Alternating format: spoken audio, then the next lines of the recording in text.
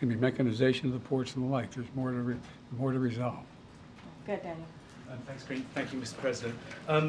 Last night you said that there's still a lot to do to avoid an all-out war in the Middle East. I mean, firstly, aren't we pretty close to that definition already? And secondly, what can you really do to stop that happening? There's a lot we are doing.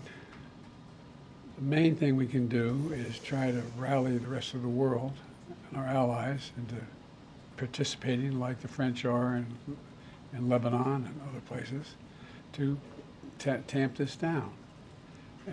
But when you have proxies as irrational as Hezbollah and the Houthis, and it's a hard thing to determine. Got to lose. I gotta go, Q. I know. He's telling me I gotta go. I said I'd take a couple questions. All right, you're the last one. I think she's increasing her credibility with it. You have to take some more. Toulouse, you're going to be the last one. Thank you, Mr. President. Thank you for spending some time here with us. There have obviously been a number of crises that the country has been facing over the past several days with the hurricane, with the port strike, with the situation in the Middle East. Can you talk about how your vice president, who is running for the presidency, has worked on these crises and what role she has played over the past several days? Well, I'm in constant contact with her. She's aware we're singing from the same song sheet. She helped pass all the laws that are being employed now. She was a major player in everything we've done, including passage of legislation which we were told we could never pass. And so she's been, and her staff is interlocked with mine in terms of all the things we're doing. Mr. President, did you ever think about It's up to you, sir. Totally up to you, sir.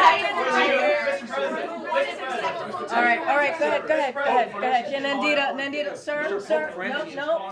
I didn't call on you, sir. Nandita. Thank you. Nandita, go, Nandita. Mr. President. Pope Francis called for a day of prayer and fasting. Prayer and fasting this Monday, October 7th. Your reaction, sir? I will pray and fast. Okay, that's acceptable to you in terms of Israel's response. How long are you okay with Israel bombing Lebanon? What is acceptable to you? All right, guys, that's it. Thank you, everybody. Thank you, Mr. President. Thank you, sir. Thank you, sir. Thank you, Mr. President. On long-range weapons? Do you want to reconsider dropping out of the race? I'm back in. What made you want to come here today, Mr. President? All right, everybody. Thank you, Mr. President. Thank you. Come back. Thank you. Can we do that again? Yeah. No. You heard I was already told that. So that's why we were late. I mean, are we always on time? I could call myself out for that. All right, everybody. Thank you so much. Thank you, Mr. President. Okay, so this week the United States has faced a number of competing challenges, from tensions in the Middle East to a port strike that threatened our nation's supply chains, to a historic hurricane that washed away entire communities. Moments like these underscore the importance of American leadership and resolve, and they show what is possible when we come together. Under the leadership of President Biden and Vice President Harris, we were able to successfully protect our allies, ensure the viability of critical supplies, stand up for good-paying union jobs, and get resources to people impacted by the storm in North Carolina and beyond.